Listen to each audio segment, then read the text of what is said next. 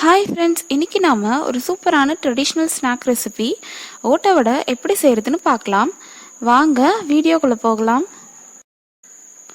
10லேருந்து 15 பல்லு பூண்டு எடுத்துக்கோங்க. தோல் உரிக்கணும்னு அவசியம் இல்லை, தோலோடு சேர்த்துக்கலாம். இது நல்லா வாசனை கொடுக்கும் நம்ம ஓட்டை வடைக்கு. இது கூட 6 காஞ்ச மிளகாய் எடுத்திருக்கேன். காரம் அதிகமாக வேணும்னா இன்னும் 4 எக்ஸ்ட்ரா சேர்த்துக்கோங்க.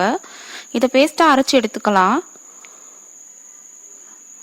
இப்போ ஒரு பாத்திரத்தில் நான் 2 லிட்டர் தண்ணி நல்லா கொதிக்க வச்சுருக்கேன். தண்ணி நல்லா கொதிக்கணும், அது ரொம்ப ரொம்ப இம்பார்ட்டண்ட்டு. கொதிக்கிற தண்ணியை தான் நம்ம ஊற்றி பிசைய போகிறோம். ஒரு பாத்திரத்தில் 1 கிலோ அளவுக்கு பச்சரிசி மாவு எடுத்துக்கோங்க. இந்த மாவை எப்படி ரெடி பண்ணுறதுன்னா, பச்சரிசியை நல்லா கழுவிட்டு ஒரு 2 மணி நேரம் நல்லா ஊற வச்சுருங்க தண்ணியில்.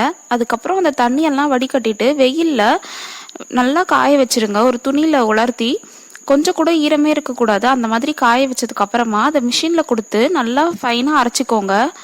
இப்போ இது கூட ஏற்கனவே 1 மணி நேரம் ஊற வச்ச கடலைப்பருப்பை இது கூட சேர்த்துக்கலாம். இது 200 கிராம் அளவு கடலைப்பருப்பு. இது கூட ஒரு கைப்பிடி அளவு கருவேப்பிலை இலை சேர்த்துக்கலாம். இது கூட நம்ம ஏற்கனவே அரைச்சி வச்சிருந்த பூண்டு மிளகாய் பேஸ்ட்டை உள்ளே சேர்த்துடலாம். இது கூட 1/2 ஸ்பூன் அளவுக்கு பெருங்காயம் சேர்த்துக்கலாம். தேவையான அளவு உப்பு சேர்த்துக்கலாம். இப்போ இது எல்லாத்தையும் நல்லா கலந்து விட்டுக்கோங்க. மாவோட நல்லா மிக்ஸ் ஆகிற மாதிரி, எல்லா இடமும் படுற மாதிரி நல்லா கலந்து விட்டுருங்க.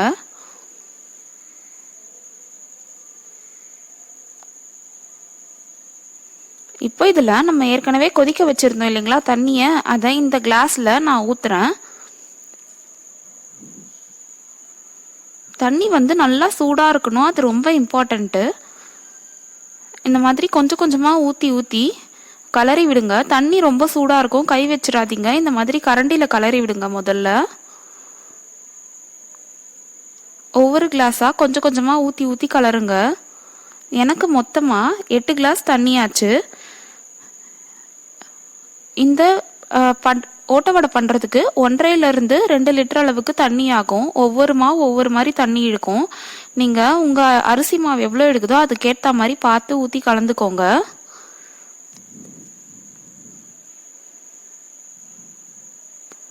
இதை ரொம்ப தண்ணியாக பிசையக்கூடாது, நல்லா திக்காக பிசைஞ்சு எடுத்துக்கணும்.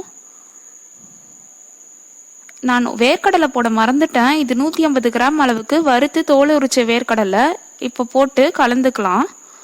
நீங்கள் முதல்ல போட்டுக்கோங்க. இப்போ இது எல்லாத்தையும் நல்லா கலந்து விட்டுருங்க. பாருங்கள், இந்த அளவு இது திக்காக பிசையணும் நம்ம.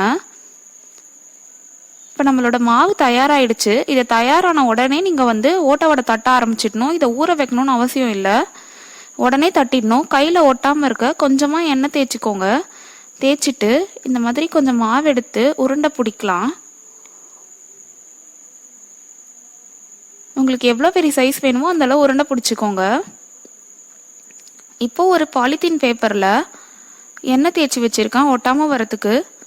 இதை இந்த மாதிரி நடுவில் வச்சு, உங்ககிட்ட இந்த மாதிரி ப்ரெஸ்ஸிங் மிஷின் இருந்தால் அந்த ப்ரெஸ்ஸிங் மிஷினில் ஈஸியாக இந்த மாதிரி ஓட்டை வடை 1 நிமிஷத்தில் செஞ்சு எடுத்துடலாம். அப்படி இல்லைன்னாலும் பரவாயில்ல, இதே மாதிரி பாலித்தீன் பேப்பரில் நடுவில் வச்சுட்டு மேலே டிஃபன் பாக்ஸ் மூடி வச்சு ஒரு முறை ப்ரெஸ் பண்ணுங்க. இதே மாதிரி உங்களுக்கு கிடச்சிரும்.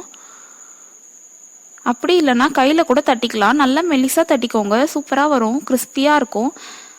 பாருங்க, இந்த மாதிரி செஞ்சுட்டு இதை இந்த மாதிரி ஒரு காட்டன் துணியில் போட்டு வச்சுக்கோங்க. இந்த அளவு மெல்லிசாக திரட்டிக்கோங்க. காட்டன் துணியில் ஒரு 1/2 மணி நேரத்துக்கு இதை அப்படியே விட்டுருங்க. அப்போ இதில் இருக்க எக்ஸஸான மாய்ஸ்சர் எல்லாம் இந்த காட்டன் துணி இழுத்துட்டு நம்மளோட ஓட்டை வடை எண்ணெய் குடிக்காமல் சூப்பராக வரும். இப்போ 1/2 மணி நேரம் ஆயிடுச்சு. நம்ம ஓட்டை வடையை ஒவ்வொன்றா சூடான எண்ணெய்க்குள்ளே சேர்த்துடலாம். இந்த செய்யும்போது லோ மீடியம் ஃப்ளேமில் வச்சுக்கோங்க ஸ்டவ்வை. ரொம்ப நிறைய சேர்த்துடாதீங்க. ஒரே டைமில் ஒரு 5லேருந்து 6 மட்டும் சேருங்க.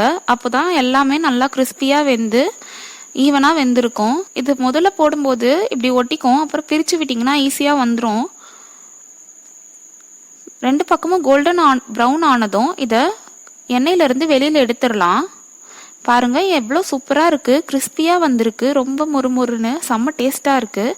இந்த சுவையான ஓட்ட வடை ரெசிபியை நீங்களும் உங்கள் வீட்டில் செஞ்சு பார்த்து உங்கள் ஃபீட்பேக்ஸை கமெண்ட் செக்ஷனில் போடுங்க. நம்ம சேனலில் நிறைய first time one YouTube videos போட்டுட்ருக்கேன், அதோட லிங்க்கை கீழே டிஸ்கிரிப்ஷனில் கொடுத்துருக்கேன், வேணுன்றவங்க செக் பண்ணிக்கோங்க. வீடியோ பிடிச்சிருந்ததுன்னா லைக் பண்ணுங்கள், ஷேர் பண்ணுங்கள். இது வரைக்கும் சேனலை சப்ஸ்கிரைப் பண்ணாதவங்க இப்போ சப்ஸ்கிரைப் பண்ணிவிட்டு மறக்காமல் பெல் பட்டனையும் கிளிக் பண்ணிவிடுங்க. தேங்க்ஸ் ஃபார் வாட்சிங். பாய்.